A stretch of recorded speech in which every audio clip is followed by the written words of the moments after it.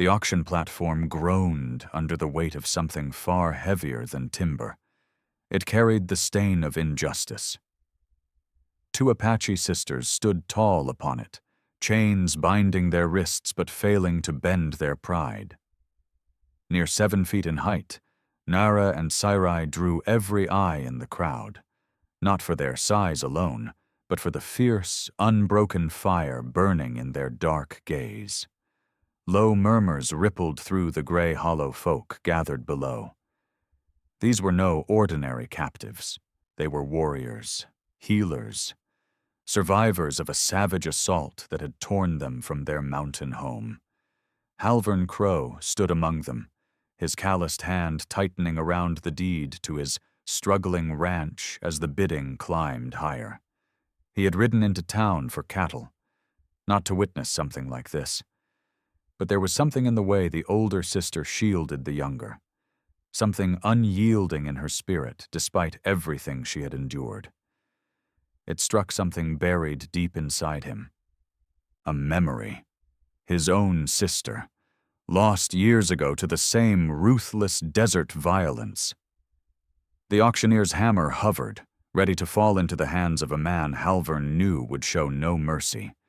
Before he could think it through, his voice cut clean through the noise. 500. The number left his mouth before reason could catch it, before he could stop himself.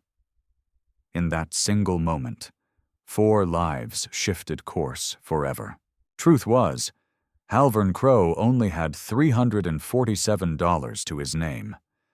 The rest would have to come from selling what little he had left of his past: his father's silver watch, his mother's wedding ring. The last pieces of a family slaughtered 5 years ago by the Caldera pack.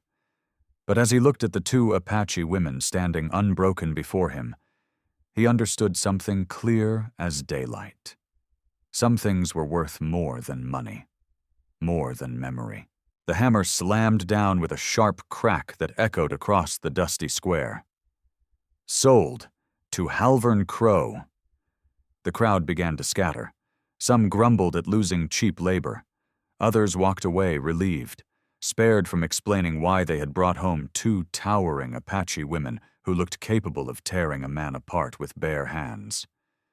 Nara, 26 and unshaken, watched Halvern approach with sharp, measuring eyes. Behind her stood Sarai, barely 19, silent as ever, shadowing her sister just as she had since childhood. Both of them stood nearly 7 feet tall, a legacy of warriors whose names were still spoken with reverence around Apache fires. "I'm taking these chains off," Halvern said quietly, pulling a key from his pocket. "After that, you're free to go wherever you want."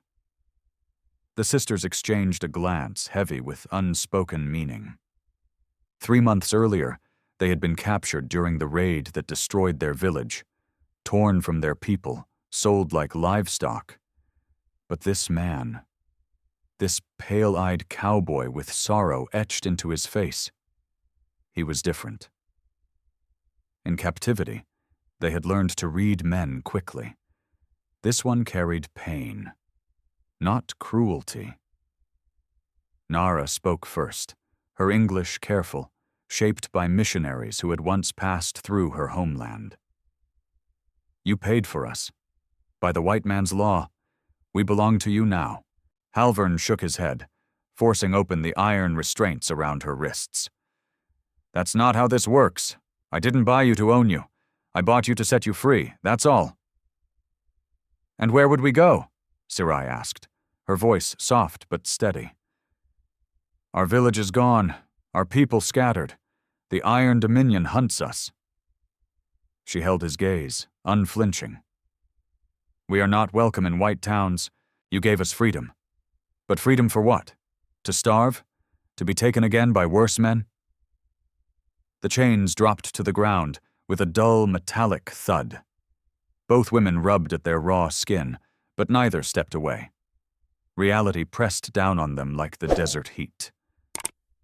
Halvern exhaled slowly. "I've got a ranch," he said. "Ain't much. Just me, a few head of cattle. But there's a roof, food, and honest work if you want it. No chains, no master." He hesitated, searching for words that didn't sound like pity. "A partnership, I guess. You help me run the place. I give you somewhere to stay till you figure out what comes next." Nara tilted her head slightly, studying him the way a hawk studies movement in the grass. "You would trust 2 Apache warriors inside your home?" she asked. "Your people believe we are savages." Halvern gave a bitter half-smile. "My people taught me a lot of lies." He met her eyes evenly. "And you've had 3 chances to kill me since I unlocked those chains. I'm still standing. That tells me enough about who you really are." "My people taught me plenty of lies," Halvern said quietly. "And you've already had 3 chances to kill me since I took those chains off. I'm still standing.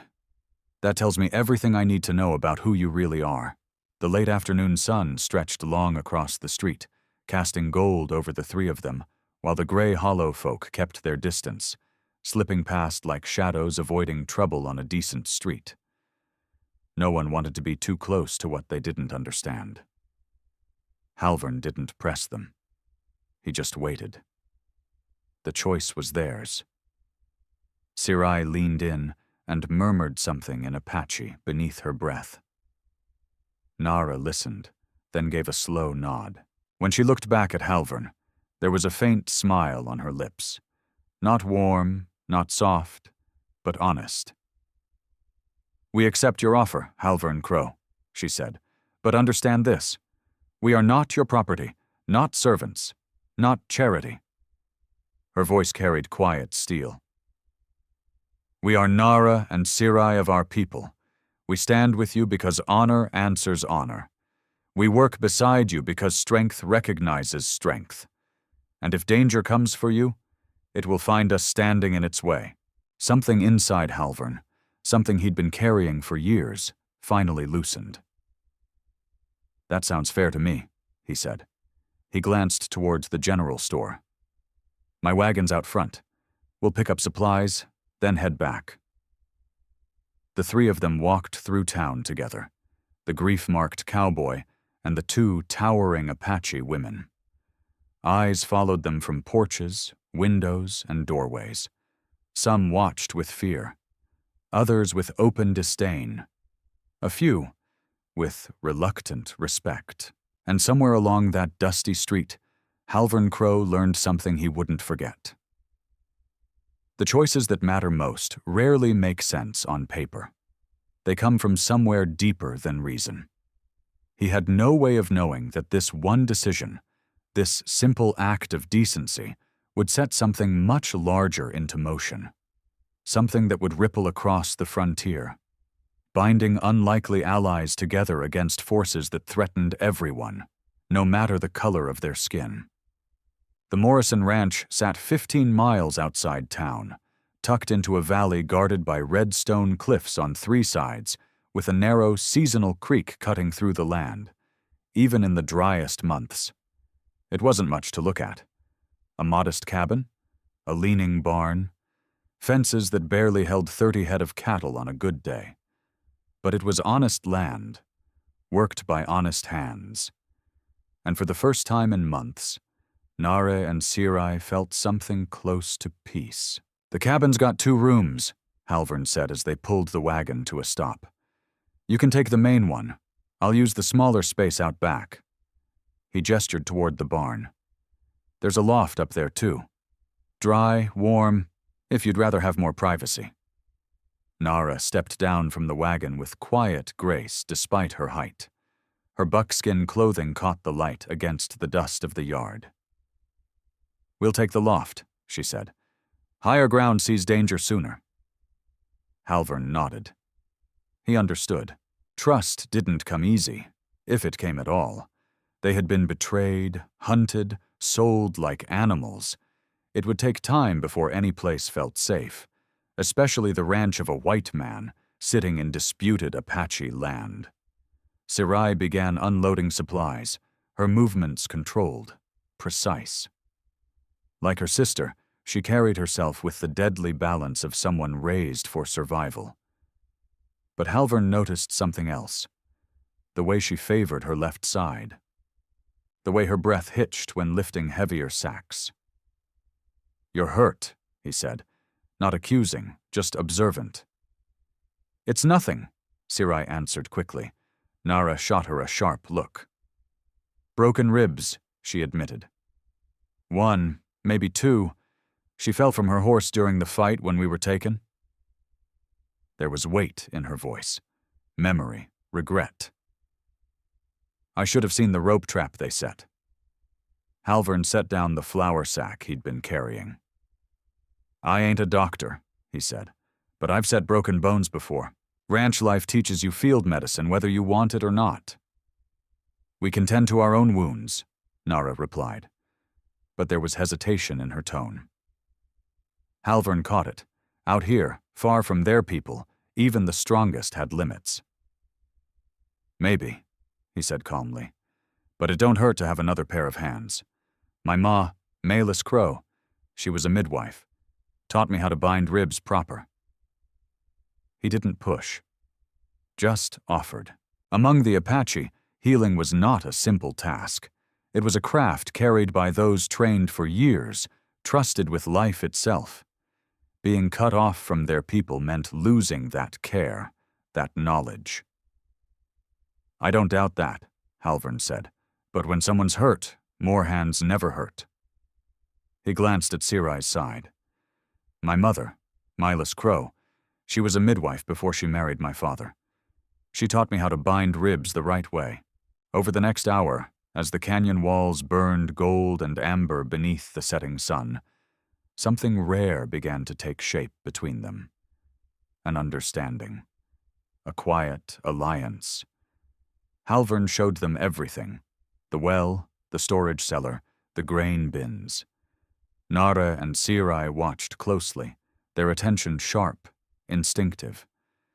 They were used to reading land the way others read books. Survival had always depended on it. "This creek," Sirai said, kneeling to test the water with careful fingers. "It runs all year?" "Most of the time," Halvern answered.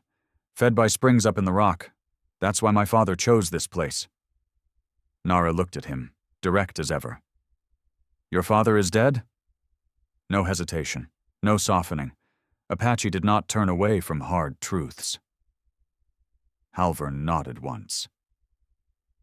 5 years ago. I was in town selling cattle when it happened. The Caldera pack came through. Killed my parents, my sister too. Burned half the ranch down. His voice stayed even, but both women heard what lay beneath it. I rebuilt what I could, kept going. Nara studied him. "Why?" Halvern gave a faint shrug. "What else was I supposed to do?" The sisters exchanged a glance, one of those silent conversations that carried more weight than words. They understood loss, understood what it meant to be the last ones left standing, to choose between rebuilding or giving up. "The men who attacked your family," Nara said carefully, "were they Apache?" She held his gaze, unflinching. Halvern met it just the same. "Mexican bandits, but I know what you're asking." He leaned back slightly, eyes drifting toward the land. "Yeah. I've lost cattle to Apache raids, fences torn down, sleepless nights chasing shadows across this valley.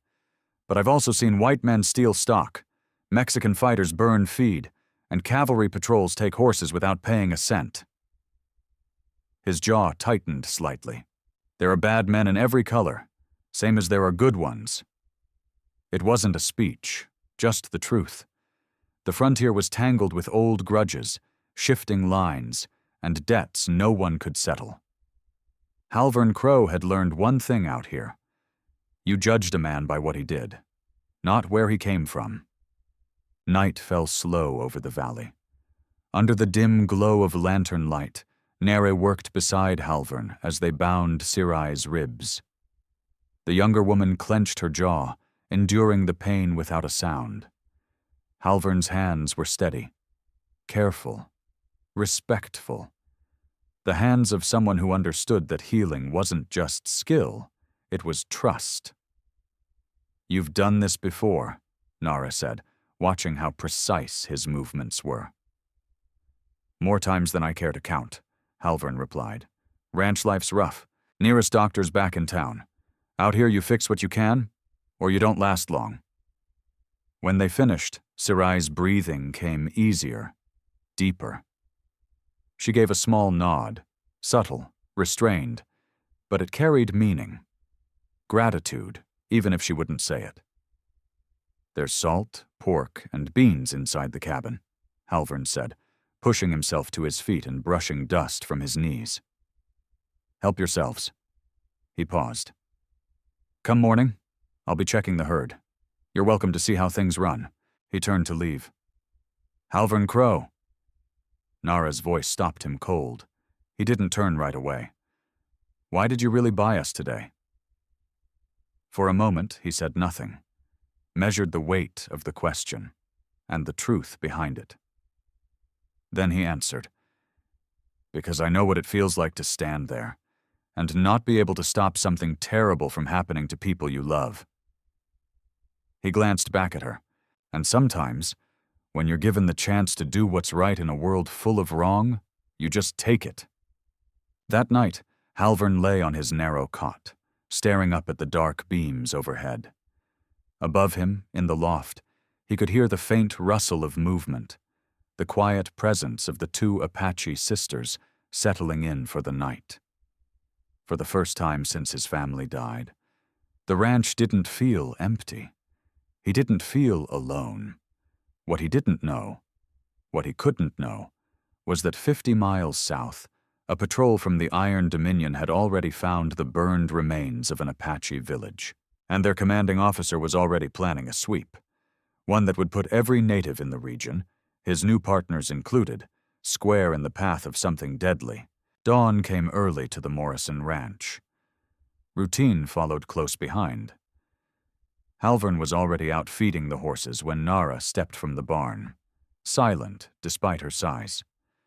Her long black hair was braided with eagle feathers, and painted symbols marked her cheekbones. Traditional, deliberate.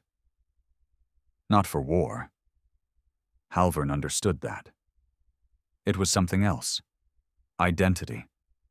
A quiet refusal to disappear in a world that tried to erase her. "Sirai still sleeps," she said.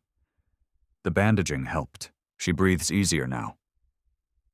"That's good," Halvern replied, nodding toward the corral where the cattle were beginning to stir.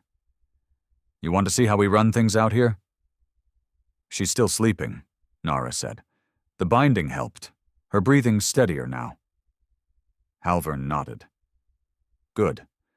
Broken ribs aren't something you shrug off." He motioned toward the corral where the cattle were beginning to stir, restless in the early light. "You want to see how things run out here?" Over the next 2 hours, Nara proved something Halvern hadn't doubted, but hadn't fully witnessed either. Apache warriors adapted fast, real fast. She watched closely as Halvern moved through the herd, explaining how to spot injuries, how to read sickness in posture and movement, how to mend fences worn down by wind or pressure. He pointed out subtle signs most men missed: tracks, shifts in the dirt, broken brush that hinted at predators or nearby water. Nara didn't waste words. Her questions were sharp, practical, focused on balance, on how everything fit together. "You've lost cattle recently," she said at last, crouching near the watering trough, studying the ground. Halvern followed her gaze. 2, maybe 3, he admitted.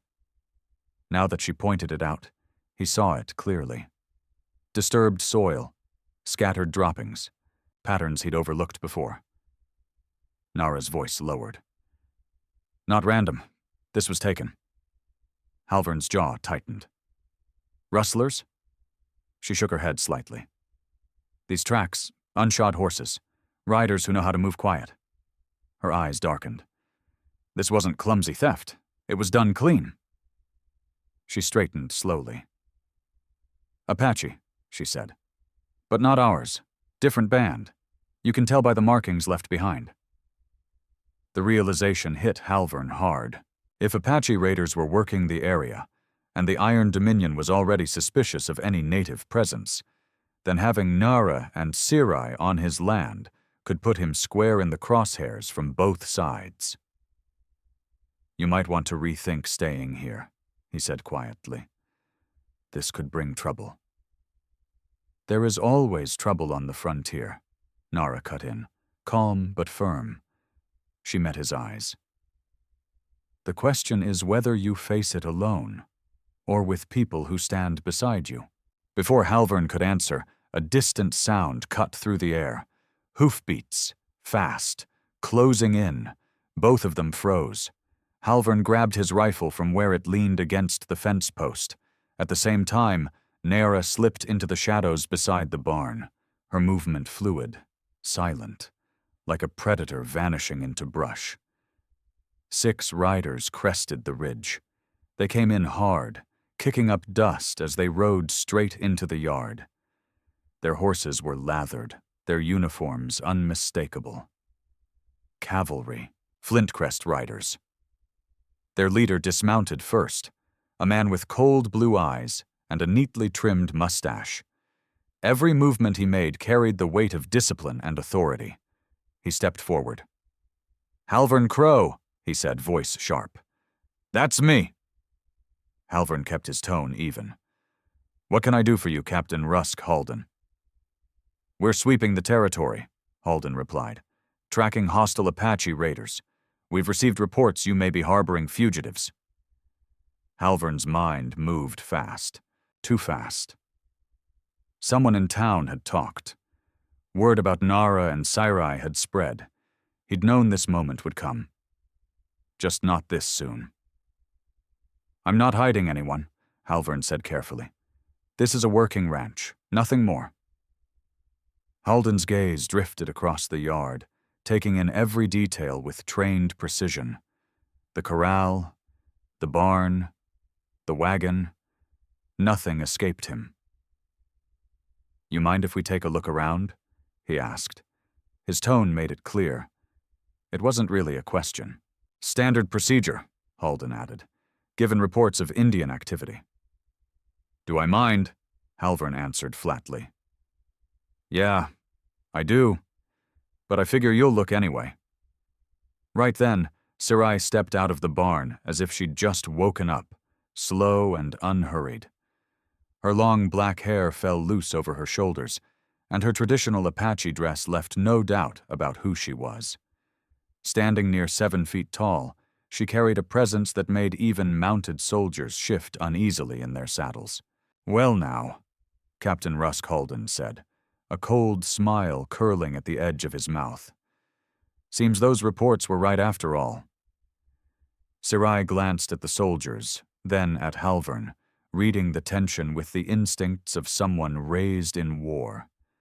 Without hesitation, she moved to his side, not submissive, but protective. "She works here," Halvern said evenly. "Her and her sister. They work this ranch." Halden let out a harsh laugh. "Mr. Crow, I don't know what kind of lies these savages have fed you, but Apache don't work alongside white settlers. They raid, they kill, they burn. That's what they do." Halvern's voice dropped, low and dangerous. "That's funny, because from what I've seen, it's white men doing most of the lying, killing, and burning out here." The captain's expression hardened instantly. "Careful, Crow. Harboring enemy fighters is a serious charge. I could have all 3 of you in irons right now." Before the tension could snap, Nara stepped out from the shadows. She moved so silently it felt like she had formed out of the air itself. The horses reacted first, ears back, restless, sensing the still, predatory calm in her stance. "And what would you arrest us for?" Nara asked, her Spanish clear, steady. "For working land honestly? For tending injured cattle? For fixing broken fences?" Halden looked up at the 2 towering Apache women, something flickering behind his eyes. Unease. maybe even reluctant respect. This was a region where Apache raids had killed 17 settlers in just the past month. Then arrest every white man in this territory for the crimes of white bandits, Sarai added coldly. Your logic is the same. The air tightened. 6 armed cavalrymen, 3 unarmed civilians. The moment stretched like a drawn trigger. But Halvern saw it, the hesitation in Halden's eyes. These weren't frightened captives. They weren't hiding. They stood there, calm, unshaken, forcing him to confront something he didn't want to admit. We'll be watching this ranch, Halden said at last, backing off without admitting it. Any sign of trouble, missing cattle, damage in the area, and we'll be back. He swung into the saddle. And next time, we might not be so understanding about your arrangement. The Flintcrest riders turned and rode out, dust trailing behind them as they disappeared over the ridge. Only then did Halvern feel it. The weight. They were marked now. No more standing in the middle. No more pretending neutrality. They had chosen a side, whether they meant to or not. And whatever came next, it wouldn't stay contained within the fences of his small ranch. The next 3 weeks settled into a rhythm none of them had expected. Nara proved to have a natural gift with cattle. She could spot a sick animal from 50 yards out, read grazing patterns like a map, and help Halvern stretch every inch of land further than he thought possible. Sarai, still healing from her ribs, took on the finer work, repairing saddles, preserving meat, maintaining the weapons that life on the frontier demanded. But it was in the evenings, when the sun dipped low and the work slowed, that their partnership truly took shape. Halvern taught them the business side of ranching, how to calculate feed costs, plan for seasonal changes, deal with buyers who saw a lone rancher as easy prey. And in return, the sisters gave him knowledge no book ever could. How to read weather in the shape of clouds, which plants could save a life in an emergency, how to move across open land without leaving a trace. One night, as they watched the herd settle under the fading light, Nara spoke quietly. Your cattle stay too close together. They stood watching the herd settle into the fading light. That makes them easy targets, Nara said quietly. For predators, and for Apache raiders. Halvern studied the cattle again, this time through her eyes, through strategy, not routine. I always kept them close so they'd be easier to manage, he admitted. Never thought about the risk. Everything is strategy, Sarai said softly. When you live on contested ground. Her gaze swept the valley. Your ranch sits where 3 paths cross, Apache territory, trader routes, and cavalry patrol lines. Whether you want it or not, you're standing in the middle of a storm. She was right. They all knew it. The land was valuable, but that same value made it dangerous, a crossing point where different worlds collided more often with each passing season. Halvern had inherited this place from his father, but now he was beginning to understand. Owning land and holding on to it were 2 very different fights. The test came early one Tuesday morning. Halvern spotted dust rising on the southern horizon. 3 riders. Fast. But not cavalry. Their riding was different. Fluid, efficient, built for distance, not formation. Apache, Nara said, her voice tightening. Mescalero band if I read the horse marks, right? She narrowed her eyes. They're not with us. Halvern checked his rifle. At the same time, both sisters moved without hesitation, retrieving the weapons they had kept hidden since arriving. Nara gripped a traditional war club in one hand and a Winchester in the other. Sarai chose her bow. 6 arrows loosed before most men could reload once. Deadly. Silent. But as the riders drew closer, Nara's expression shifted. From alert to confusion. Then something else. Hope. Nietzsche, she murmured. My cousin. The lead rider was a young Apache warrior, close to her age.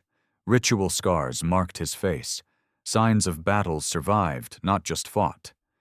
He rode straight toward them, then dismounted with the ease of someone born in the saddle. Words flew between them. Fast, sharp Apache. Too quick for Halvern to follow. But he didn't need to understand the language. Their bodies told him everything. This wasn't a raid. This was family. At last, Nara turned back to him, her eyes bright. Holding back tears she refused to let fall. My cousin brings news, she said. Tovek stepped forward, his Spanish measured but clear. Some of our people survived the cavalry attack on our village. They have been searching for us for months. He paused. There is a gathering. Survivors from many bands are joining together in a hidden canyon beyond the Blue Mountains. His eyes shifted to the sisters. We can take you there. You will be safe among your own again. This was the moment Halvern had expected and feared. At the same time, they had found their way back, their people, their home. They didn't need him anymore, didn't need his land, his protection. They could leave. Sirai looked at him, her expression unreadable. This is what we have prayed for, she said slowly. To be with our people again. To live among those who understand us. Halvern forced his voice steady. Then you should go. He swallowed whatever else he might have said. This was always meant to be temporary, until you found something better. But Nara was watching him closely. Too closely. And what about you, Halvern Crow? She asked. What happens to the white rancher who sheltered Apache fugitives when the cavalry returns and finds us gone? Halvern shrugged, forcing a lightness he didn't feel. I'll manage, always have. No, Sirai said, firm. You won't. Her voice cut through the air. Captain Rusk Halden already suspects you. When we disappear, he'll assume you helped us escape. He will look for reasons to pressure you, to take your cattle, to drive you off land your family has held for generations. Tovek listened now with growing interest. This white man helped you? He asked. Fed you? Gave you shelter without asking anything in return? More than that, Nara said. He risked his life, his land, to free us from slavery. He treated us as equals. She hesitated, searching for the right word, then found it. He is a friend. Tovek studied Halvern again, this time with something new in his eyes. Respect. Men like that were rare, in any world. Men like that are rare, in any people, Tovek said, studying Halvern. So what happens if my cousins choose to come with me to the canyon? Halvern didn't look away. I hope they find the peace and safety they deserve, he said, and I'll probably die trying to hold this place together on my own. Silence followed. Heavy. Honest. Sirai broke it.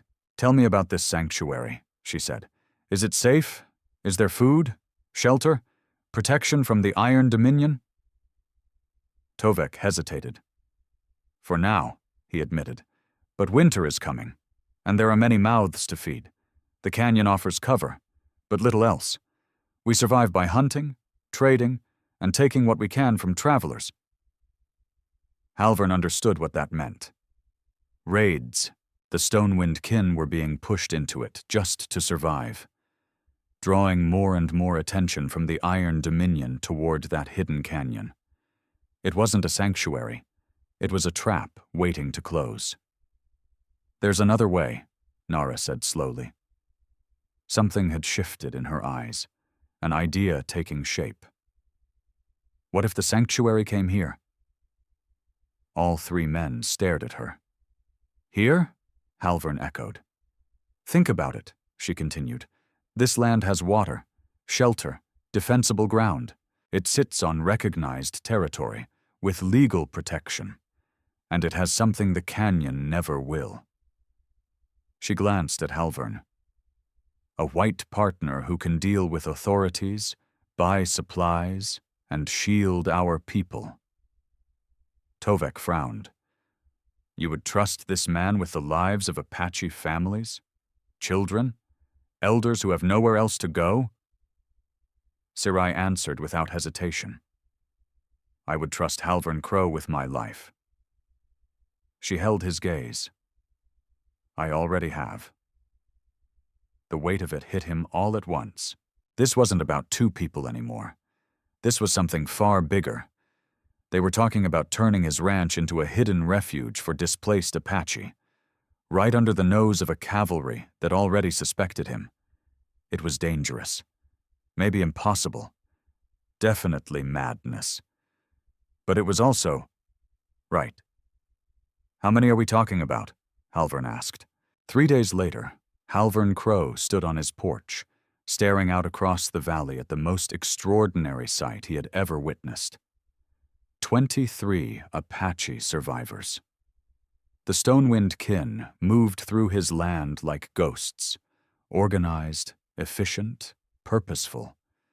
They worked with the quiet precision of people who had spent too long surviving on the edge of extinction. There were warriors like Tovek, but also elders, their faces carved with years and memory. Women carrying infants across their backs while handling horses with practiced ease. Children whose eyes had seen far too much loss, far too early. Nara took control of it all with near military precision. The ridge blades secured the perimeter, setting hidden lookout posts among the surrounding rock formations.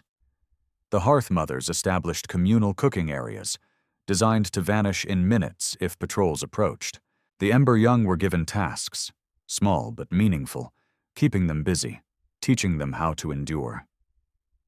It's working better than I expected, Halvern admitted to Sirai, as they watched an elder woman kneeling in the dirt, teaching 3 children how to read cattle tracks. I was worried about, well, the differences. Sirai smiled faintly. It was the first time Halvern had seen real peace on her face since the day he bought her freedom. We are practical people, she said. We adapt to survive. She gestured towards the land. Your ranch gives us what we need: safety, resources, legitimacy. Then she met his eyes. And we give you what you need: knowledge, protection, and labor. A fair trade. But both of them knew it wouldn't stay simple. The arrangement was fragile. Captain Rusk Halden had already made 2 more courtesy visits that week. Each time the ranch appeared empty, just Halvern and the 2 sisters in plain sight. The Stonewind kin had learned quickly how to disappear.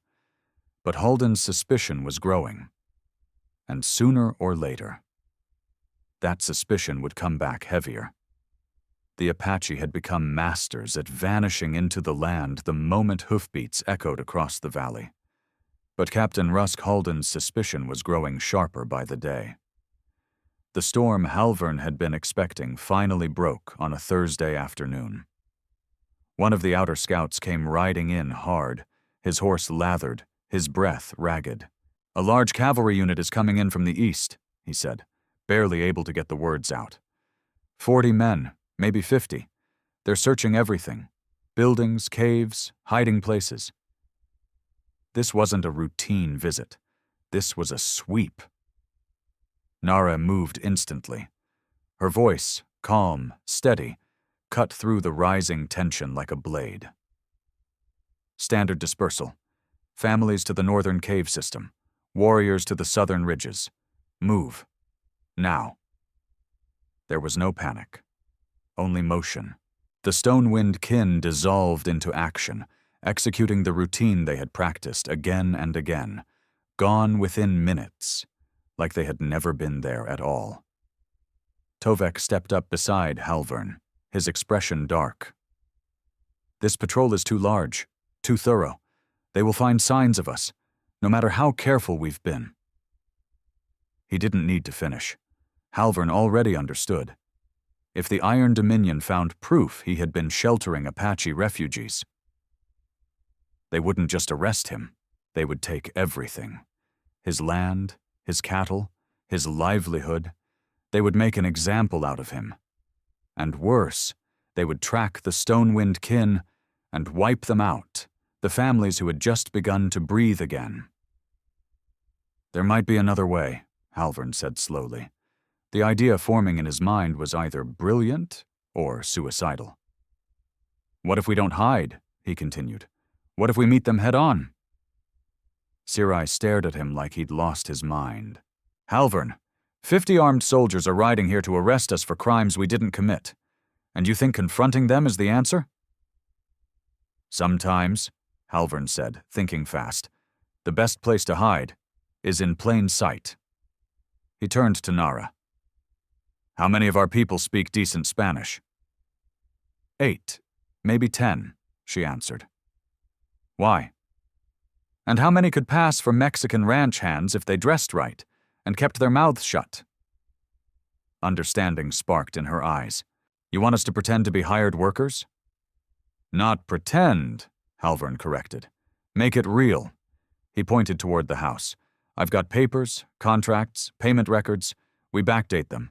Build a trail that shows I've been employing Mexican laborers for months. He took a breath. When the cavalry shows up, they won't see refugees. They'll see a rancher running a legitimate operation with hired hands. Tovek frowned. And the ones who don't speak Spanish? The elders? The children? Entire families? Halvern didn't hesitate. It's common for vaqueros to travel with family, especially during work seasons. We group them together. Cover everyone. It was a desperate plan. Fragile. Full of holes. 100 ways it could fail. But as the dust cloud of the approaching cavalry rose higher on the horizon, desperation was all they had left. The next hour became controlled chaos. Apache men stripped off their traditional clothing, replacing it with wide-brimmed hats, worn leather chaps, and the rough look of Mexican cowhands. The hearth mothers covered their hair with shawls, practicing the subtle differences in how Mexican women carried their children. The ember young were taught simple Spanish phrases and warned to stay close to their assigned families, no matter what happened. Halvern burned anything that couldn't be explained. Apache tools, clothing, symbols, gone. He scattered Mexican coins around the bunkhouse, building the illusion piece by piece. Everything had to hold. Everything had to feel real. Nara and Sarai were the hardest part. Their height alone made them impossible to hide. No disguise would change that. So instead, they would rely on something else. Their flawless Spanish, and Halvern's story. That they were mixed-blood interpreters, hired to manage communication with the Mexican crew. It was a gamble, a dangerous one, but it was the only card left to play. When Captain Rusk Halden finally rode in with his expanded patrol, he found exactly what he had come looking for. A ranch alive with work. Men moving cattle, women tending fires, children playing in the dirt. A crew of what appeared to be Mexican laborers going about their business. What he hadn't expected was how real it all felt. Well now, Halden said, scanning the scene as a group of children played with carved wooden horses, laughing in quick musical Spanish. Quite an operation you've got here, Crow. His eyes narrowed slightly. Looks like the place has grown since my last visit. Halvern didn't miss a beat. Cattle's been doing well this season, he said casually. Had to bring in extra hands to keep up. Truth is, these folks handle livestock better than I do. Halden dismounted slowly, then began to search. Not rushed, not careless, methodical. He moved through the ranch like a man who expected to find something, and intended to prove it.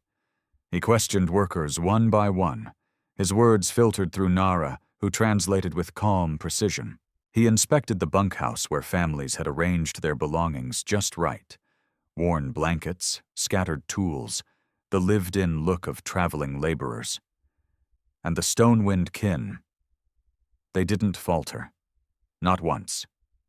They answered with quiet patience, the kind worn by people used to suspicion, used to being watched, judged. Every word, every movement. Perfect. Then came the moment everything could have fallen apart. Halden stopped in front of an old man. The elder stood still, weathered and dignified, while a small child clung tightly to his leg. Maheo, respected among his people, a man whose presence alone carried weight. If anyone was going to be recognized, it would be him. "Ask him how long he's worked here," Halden ordered. Nara translated. The old man listened, then answered. In flawless Spanish, smooth, natural, unshaken. Even his own people seemed caught off guard. Later, Halvern would learn the truth. Maheo had fought in Mexico in his youth. He spoke the language as easily as his own. But in that moment, as Halden gave a dismissive nod and moved on, Halvern understood something important. Sometimes survival came from the places you least expected. 2 hours. That's how long the search lasted. 2 long, grinding hours. When it was over, Halden had nothing. No evidence, no proof, no reason to act. The patrol mounted up again, frustration written plainly across their faces. "We'll be back, Crow," Halden said, his voice edged with warning. "Sooner or later, your luck runs out." Then they rode off, disappearing beyond the eastern ridge. Only when the dust settled did Halvern feel it. His legs nearly gave out beneath him. They had done it, pulled off something that shouldn't have worked, something that saved not just his ranch, but 23 lives. The Stonewind kin now had something they hadn't known in a long time, a chance, a real one, to live. As the tension broke, Nara and Sirai removed their shawls. Around them, the Ember Young burst into excited chatter, slipping back into Apache as they relived what had just happened. But Halvern stood still, quiet, because he understood what this meant. This wasn't temporary anymore. They weren't guests, not workers, not even partners. They were family now, and like any family on the frontier, they would face whatever came next. Together, what had once been a struggling ranch was changing into something else entirely. Something bigger, a place where different worlds didn't just collide. They learned to stand side by side. But that was a story for another time. For now, it was enough that they had survived, that they had found one another, that they had proven something simple but powerful. Sometimes the strongest thing a person can do is choose dignity and stand together, no matter what tries to tear them apart.